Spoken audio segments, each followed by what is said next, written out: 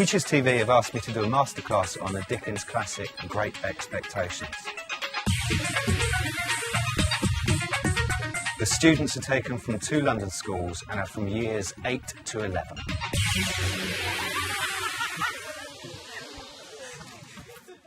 This book, Great Expectations by Charles Dickens, it's an all-time classic. The author has been dead for over 100 years, where in the 21st century it was written in the 19th. Why would anybody want to read it? It's 440 pages long and the print's really small. And that's the question that we're going to answer today. Why would anybody in the 21st century want to read this? Imagine you're 4 years of age. Your name is Philip Pirrip. You're 4. I'm going to count you into 3. Say your name. 1, 2, 3. Philip Pirrip. Philip Pirrip. Philip's a difficult thing for a young child to say. Say it like a 4-year-old would say it. I can count you in again. 1, 2, 3. Philip Pirrip. Nearer, Kay, nearer. There's a lot of P's going on. A 4-year-old. And I know, I used to be a 4-year-old called Philip. Can't actually pronounce the 2 syllables, and they would say that their name, if asked, was Pip. Say it. Pip. Pip. Now we first meet Pip, who is the main character,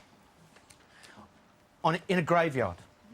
And poor old Pip is staring at the graves, and he's only 8, of his mummy and his daddy and loads of his brothers who have all died.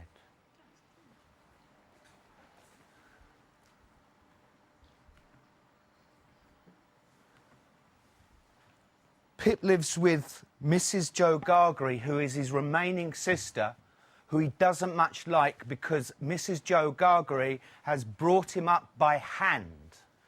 What 2 different things could brought up by hand mean? Angelica? Bit him. Bit him? Yeah, hit him or something. Oh, hit him? Yeah, something like that. There's a double meaning in it. Brought him up by hand as in reared him, but also, as she was rearing him, hit him. And there's a lot of humour in Dickens. It can, for a 21st century audience, be quite difficult to access. You have 10 humorous little bits of Dickens. Cut them up, please, and on the floor, place them into order. The top one would be the funniest, the second funniest, the 10th one the least funniest. No, this one is, she's not that good looking. Why is it that She's not a good looking woman, my sister. These are a couple of the ones that the girls at the front thought had some humour in it. I think they felt the funniest one, and I don't know what you think, was by this time my sister was quite desperate, so she pounced on Joe and, taking him by the 2 whiskers, knocked his head for a little while across the wall. Why is that funny? Kane, is that funny? And if so, why? Because you wouldn't really do that in normal life. So it's got a kind of cartoon element to it. Even when I was taken to have a new suit of clothes, the tailor had orders to make them like a kind of reformatory, and on no account let me have the free use of my arms. Why is that funny? Say again. Because he couldn't move. So the tailor has been given instructions to make the suit for Pip so tight that he can't actually move his arms. So again, it has this kind of cartoon element. Did anybody identify anything that they thought actually did have genuine humour in it? Jennifer? She was not a good looking woman, my sister. Yeah, it's an outrageously blunt thing to say. She was not a good looking woman, my sister. My sister was ugly. Where is the humour in that? Elizabeth, what do you think? Because it's a sister, and it's kind of a bit like rude to say your own sister's ugly. It's outrageously rude to say, you know, well, my sister's very ugly. You know. Now, when it opens, Pip is in a graveyard, looking at his mum and dad. And let's have a look at who he lives with. He lives with Mrs. Jo Gargery, who's his sister. Jo Gargery, the blacksmith, married to Mrs. Jo. And there's also another guy, this kind of mysterious, unpleasant, uncouth helper out, an horrible bloke called Orlick. Now, the graveyard is on the marshes of one of the Medway towns. And on the Medway, there was these boats called hulks. And on the hulks were stored the most dangerous and difficult criminals that there were in British society. As Pip is in the graveyard, he chances upon a man. And there's a cannon shot, and the cannon shot says that some of the convicts have escaped from the hulks, the prison ships. And the man is described as thus: fearful, all in coarse grey, with a great iron on his leg and broken shoes and with an old rag tied round his head. Now let's see what happens between this convict and by Pip. Could we bring Pip on, please? So poor old Pip is standing in the graveyard, and the convict comes up behind him, grabs his chin and says, "Hold your noise, keep still, you little devil, or I'll cut your throat." Oh, please don't cut my throat, sir. Please don't. Tell us your name, quick. Pip, sir. Once more, give it mouth. Pip, sir. Show us where you live, point out the place. And the convict sees him pointing at the place where he lives and turns him upside down, shakes him to see what he can get out of him. And some bread falls out of Pip's pocket. This is how hungry the convict. The bread falls out of Pip's pocket, who picks it up and hungry. Squished it up. Shoving it into his mouth. Now then, looky here. Where is your mother? In one of those graves, sir. Ah. Who do you live with? Supposing I let you live. My sister, sir. Mrs. Joe Gargery, wife of Joe Gargery, the blacksmith, sir. And he's just a blacksmith.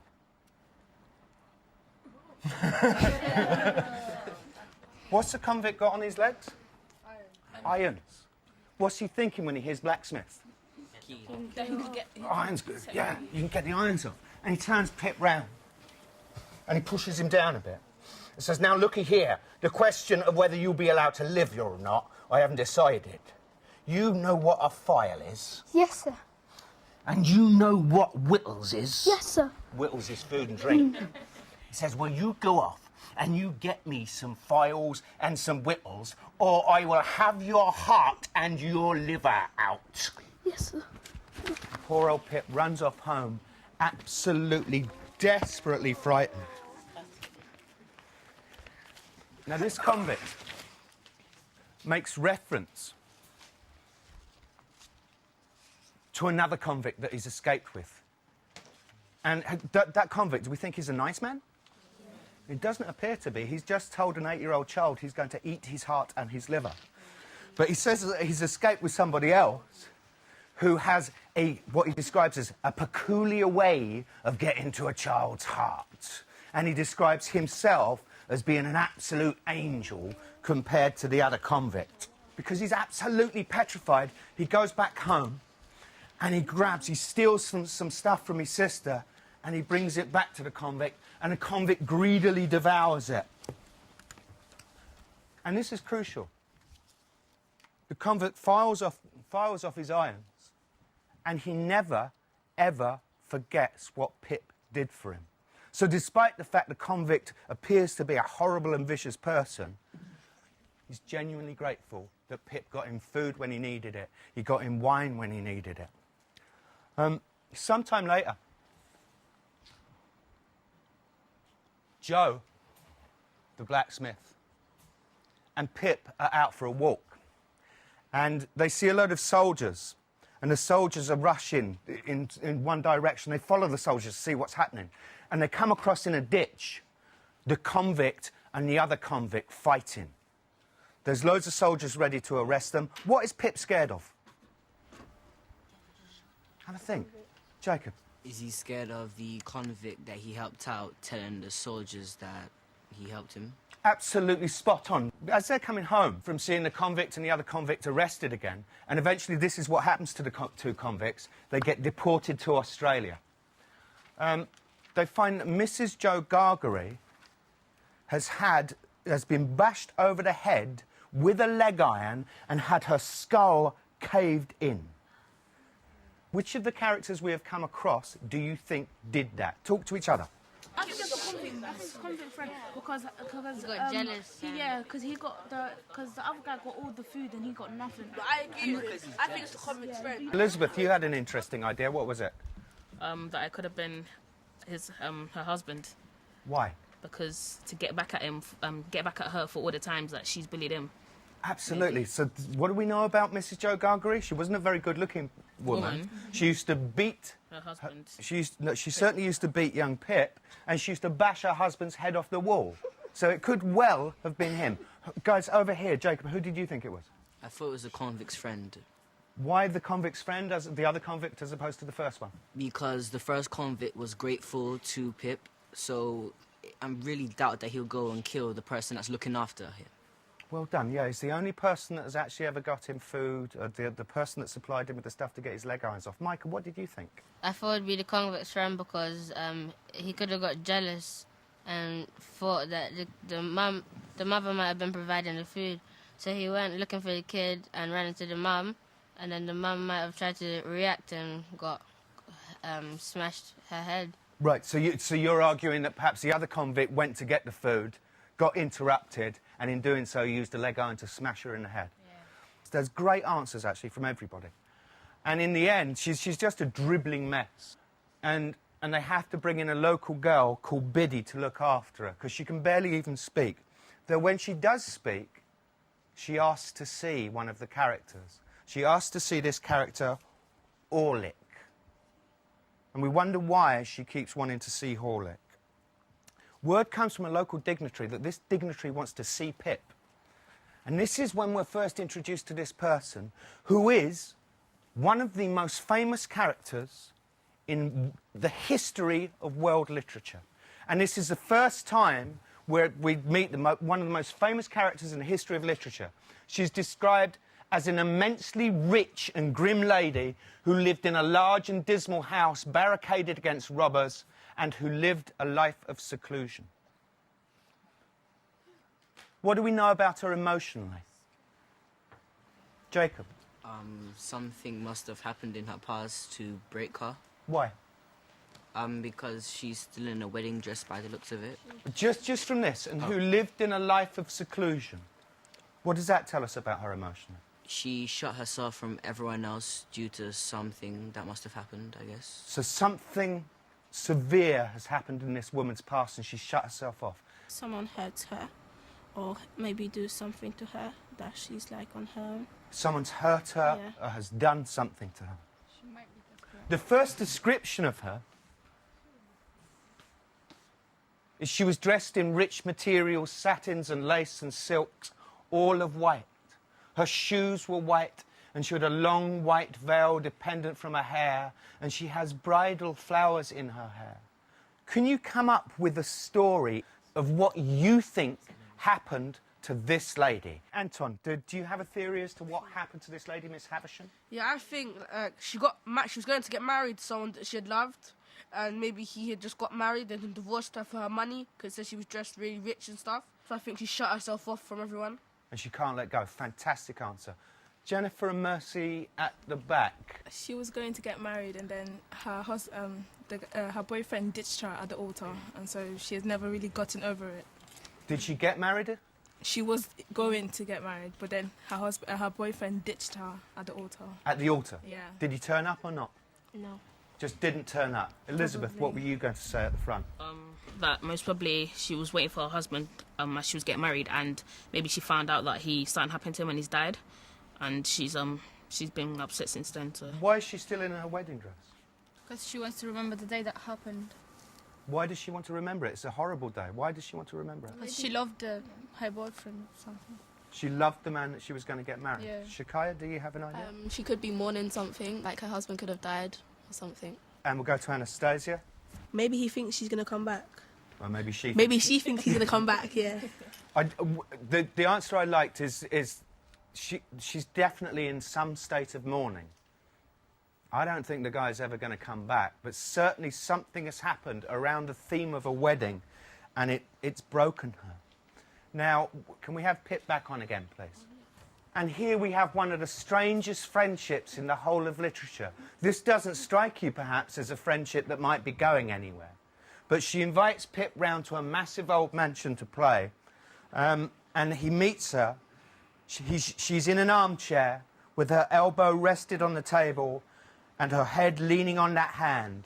She is the strangest lady that Pip ever saw. Who is it? Pip, Mom. Pip? Mr. Pumbleduke's boy. Come to play. Look at me. You're not afraid to see the face of a woman who hasn't seen the sun since you were born? No. Do you know what I touch here? Yes, Mom. What do I touch? Your heart. Broken. I'm tired. I need a diversion. And I'm done with men and women. Play.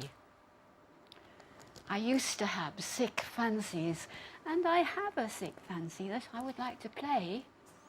To play. Play. Are you sullen and obstinate?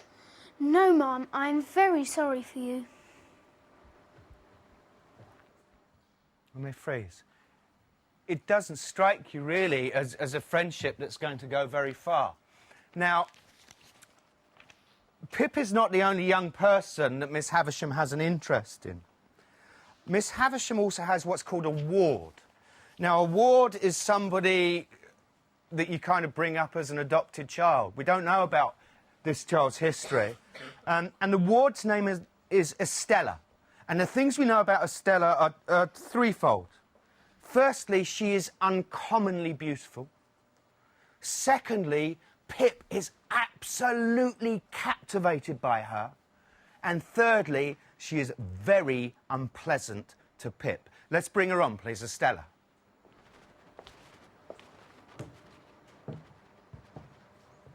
And they begin to play cards. You say nothing of her, yet she says very hard things of you. You say nothing of her. What do you think of her? Don't like to say. Tell it in my ear. I think she's very proud. Anything else? I think she's very pretty. Anything else? I think she's very insulting, and I think I should like to go home now. You don't want to see her again, even although she is so pretty? So Pip has completely fallen for Estella, who's really unpleasant to him. And he keeps going back to the blacksmiths and coming back to Miss Havisham's, and she shows him to this strange room in which is a table and a wedding cake. So the days have worn away, have they? Yes, Mom. Today is... There. I don't want to know. This is where I shall be laid when I am dead. And they will come and look at me. What is that? Where the cobwebs are? I can't guess, Mom. It is a great cake. A bride cake. Mine. Come. Walk me.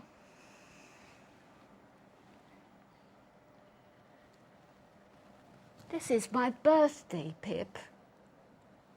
Though I don't like it to be spoken of.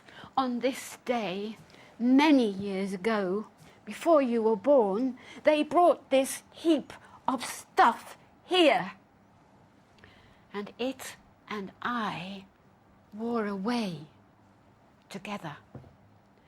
The mice gnawed on it, and teeth sharper than those of mice gnawed on me. And when the ruin is complete, and when they lay me dead in my bride's dress on the bride's table, this shall be the finished curse upon him. So much better when it is done on this day. This woman keeps two rooms, on one of which is a table with her bridal feast, and it's not been moved since the day that the guy never turned up. And she intends, when she dies, to be laid upon the table in her bride's dress. And she says it will be the finished curse upon him. Who is him? Micah. I think it was the husband. The potential husband. She wants to curse the husband that didn't turn up. Now, Pip goes to Miss Havisham's house quite often, and on one of the times, he encounters in the stables this pale young man. And the pale young man comes out and says, "Would you like a fight?" In a really cheery, quiet way. Pip is a blacksmith's kid. He's been working in the forge, so he goes, "Yes, I will have a fight with you, pale young man," and he knocks him out straight away.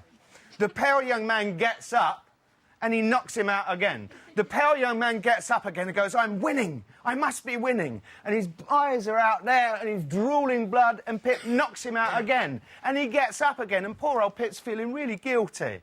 He doesn't want to hit him, and in the end, they agree that the pale young man won the fight despite getting knocked out 8 separate times. Eventually, Pip receives a word from this really posh London solicitor called Mr. Jaggers. Mr. Jaggers says that there's somebody, and it's in the contract, it mustn't be revealed who that somebody is, would like to make him a gentleman, would like to move him up to London and give him a stupendous amount of money every year to live on. Who do you think is providing the money? The convict that Pip helped. OK. Why? Because he said that he was always grateful. The convict was always grateful, so he could be the mystery benefactor. Where is the convict now? Do we know? No. He's in Australia. He's been in prison. Micah? I think maybe that it was a convict as well. And when he killed the mum, he took all the money. And then he remembered that he had to repay the little boy. It's a fantastic answer. Really imaginative as well. Anybody think it's somebody else? Elizabeth at the front. Who do you... I was thinking his dead sister, maybe. Because she could have had money left and then written a will that all the money could go to him. She's a blacksmith's wife. How much money do you think a blacksmith's wife's got? Don't know. Do you think it might be guilt money for giving him so many licks? Who do you think it might be, Jadil? Miss Havisham. And why? Because I believe that Miss Havisham wants Pip and Estella to be together. So. Why would she want that? Since Pip is a low-class person and Estella is an adopted rich girl, I thought that he would become a gentleman to be with Estella. So you think that Miss Havisham has decided to make Pip into a gentleman so that he can marry her adopted daughter and be similar? That's exactly what Pip thinks. In fact, that's exactly what all the readers of the book will think, that the mysterious benefactor, like Pip, is Miss Havisham. And that Miss Havisham does, indeed, want him and Estella to be together in the end. However, there are problems. What is Estella like? Anton at the front. Horrible. Absolutely horrible. She's an absolute monster. Let's see what Pip thinks about what he thinks Miss Havisham intends. She had adopted Estella. She had as good as adopted me, and it could not fail to be her intention to bring us together. She reserved it for me to restore the desolate house, admit the sunshine into the dark rooms. In short, do all the shining deeds of the young knight of romance and marry the princess. So Pip thinks that she wants to transform Pip into the shining knight to marry the princess. What does Estella look like? Anton? I think that she's beautiful, but she's too old. Yeah, well, you're basing that on the two people on stage. There wasn't actually that great an age difference. What we know about Estella is she's beautiful. Pip is obsessed with her, but she is utterly vile. And we find out about Estella that she's this absolutely cold monster. You must know I have no heart. I have no softness there, no sympathy. Sentiment. I have no sympathy. I have no sentiment. It's all nonsense. This woman is incapable of love. She's completely cold. Who has made her like this? Who was thinking because she's lived with the woman, Miss Havisham, yeah. Yeah, that maybe because she knows she got rejected for her wedding and that, and she's still in her wedding dress and still upset about that. That she don't want to end up in that position. That's why she's how she is. So your argument is Miss Havisham doesn't want Estella to be put in the same position as her, and so she's bred her to be cold. Yeah. Anybody else got an opinion? Jennifer? I think that because Mrs. Havisham was ditched at the altar, she wants to use Estella to get revenge on men. Brilliant idea. Okay. She wants to use Estella to get revenge. Anton, what do you think? I think she wears the wedding dress because she's trying to like reenact it, and Pip's just helping her reenact it. It's an absolutely superb answer. This woman has something vengeful in her heart. She's created Estella, her adopted daughter, to be utterly cold for a reason. Let's see what Miss Havisham thinks. Love her. Love her. Love her. If she favours you, love her. If she wounds you, love her. If she tears your heart to pieces, and as it gets older and stronger, it will tear deeper, love her. Love her. Love her. Hear me, Pip. I adopted her to be loved. I bred her and educated her to be loved. I developed her into what she is, that she might be loved. Love her, love her. I'll tell you what real love is. It is blind devotion, unquestioning self-humiliation, utter submission, giving up your whole heart and soul to the smiter, as I did. So she's giving Pip a direct instruction. Love her. You must love her. I bred her to be loved. I educated her to be loved. And then she says what love is. Love is self-humiliation. Love is humiliating yourself. I want you, boy, who has never done anything to me, a blacksmith's son, to humiliate yourself. Is she a nice woman, Miss Havisham? No, she doesn't appear to be a nice woman. Now, what happens is that he does go up to London and he stumbles across somebody. Who do you think it is that he stumbles on? Jennifer. Mr. Joe Gargery. Mr. Joe Gargery? Yeah. Okay, so he thinks the blacksmith that has brought him up has actually come to see him. Yeah. Kane? The convict. The convict. He actually stumbles upon a person called Abel Magwitch. Now, it is indeed the convict, you're right. The convict was deported. He made loads and loads of money in Australia, and yet he's come back. And we find out here who Pip's benefactor was. It was, in fact, the convict. He never did forget. And whenever he made money over in Australia shearing sheep, he put it away because he wanted to make that young man a gentleman. We also find out other stuff.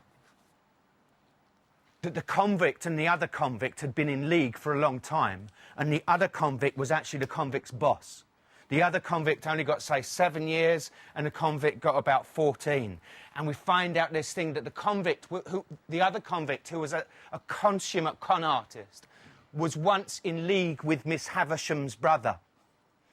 And Miss Havisham's brother wanted to take Miss Havisham's money and set the other convict up to make her fall in love with him, which she did, and they set up a wedding, and he didn't turn up, deliberately to steal her money in league with her brother.